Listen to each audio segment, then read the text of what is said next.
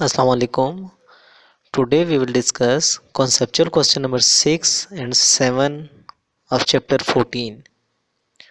Statement of question 6 is you are given n wires each of resistance R कि आपको n number of wires दी जाती हैं और हर एक की रेजिस्टेंस जो है वो R है. तो what is the ratio of maximum to minimum resistance obtained from these wires कि हमने जो मैक्सिमम और मिनिमम रेजिस्टेंस है डिफरेंट कम्बिनेशंस अप्लाई करके जो हमें मिलती है उसका maximum to minimum resistance find करनी है कि वो कितनी होगी. हमें पता है कि जब हम रेजिस्टर्स को सीरीज में कनेक्ट करते हैं तो हमें मैक्सिमम रेजिस्टेंस मिलती है. तो to get the maximum resistance we will connect the resistances in series. Mean कि आर मैक्सिमम क्या होगा, R plus R plus R plus R up to N times, क्योंकि एन नंबर ऑफ वायर्स हैं. तो total resistance कितनी हो जाएगी, N into are.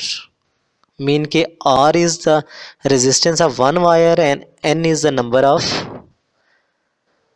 Wires. तो N into R will be the R maximum. To get minimum resistance we will connect resistances in parallel. अब maximum की बात तो होगी है. अब जब हमें मिनिमम रेजिस्टेंस रिक्वायर होगी तो हम जो रेजिस्टर्स हैं या रेजिस्टेंसेस हैं उनको पैरेलल में कनेक्ट करेंगे. तो पैरेलल में जो आर इक्वलेंट हम लिखते हैं या टोटल आर लिखते हैं और हमारे केस में भी आर मिनिमम वो होगा, तो वो होगा 1/r plus 1/r plus 1/r up to n times.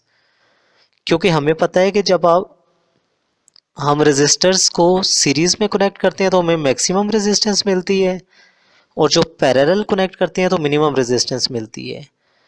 तो r minimum will be r/n, क्योंकि n टाइम्स है ये, तो r/n. तो we have to find the ratio of maximum to minimum resistance. तो we will write ratio of maximum to minimum is equal to R maximum और R minimum.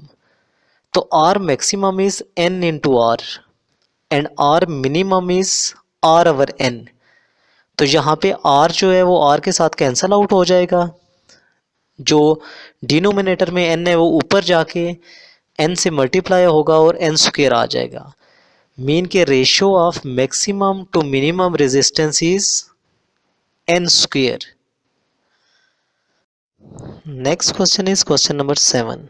Statement of question 7 is two electric bulbs marked 100 watt and 220 volt and 200 watt and 220 volt have tungsten filament of the same length.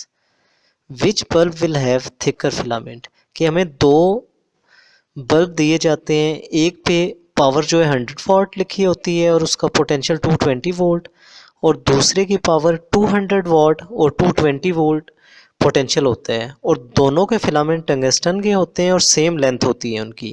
तो हमने ये बताना है कि किसका जो filament है वो थिकर होगा. तो first of all we will calculate their resistance. तो for first bulb we know that कि R is equal to V square over P.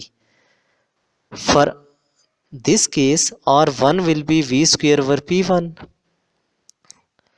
V is potential 220 volt का स्क्वायर ओवर 100 फर्स्ट बल्ब के लिए, तो 484 ओम इसकी resistance आती है. For second bulb R2 is V square over P2. तो V is 220 and power of second bulb is 200 वाट, तो 200 आ जाएगा डिवाइडेड बाय 200, तो 242 ओम. अब जो फर्स्ट बल्ब है उसकी रेजिस्टेंस ज़्यादा है, सेकंड बल्ब की रेजिस्टेंस कम है. वी नो दैट कि R is equal to rho L over A. हमें पता है कि जो R है रेजिस्टेंस किसी भी डिवाइस की, वो हम लिखते हैं रो L over A.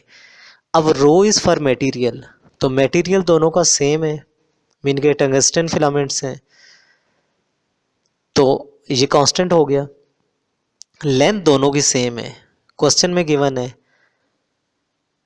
Now there is only one factor that is different for both of these two bulbs, that is area, because both have same length and made up of same material.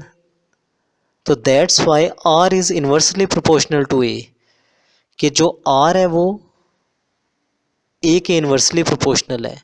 So we can write R2 is less than R1. अगर R2 जो है वो less than R1 है, क्योंकि हम ऊपर calculate कर चुके हैं, तो then A2 will be greater than A1, क्योंकि रेजिस्टेंस और एरिया एक दूसरे के इन्वर्सली प्रोपोर्शनल है. तो अगर R2 जो है R1 से लेस है तो A2 फिर ग्रेटर होगा A1 से, क्योंकि रेजिस्टेंस और एरिया एक दूसरे के इन्वर्सली प्रोपोर्शनल है.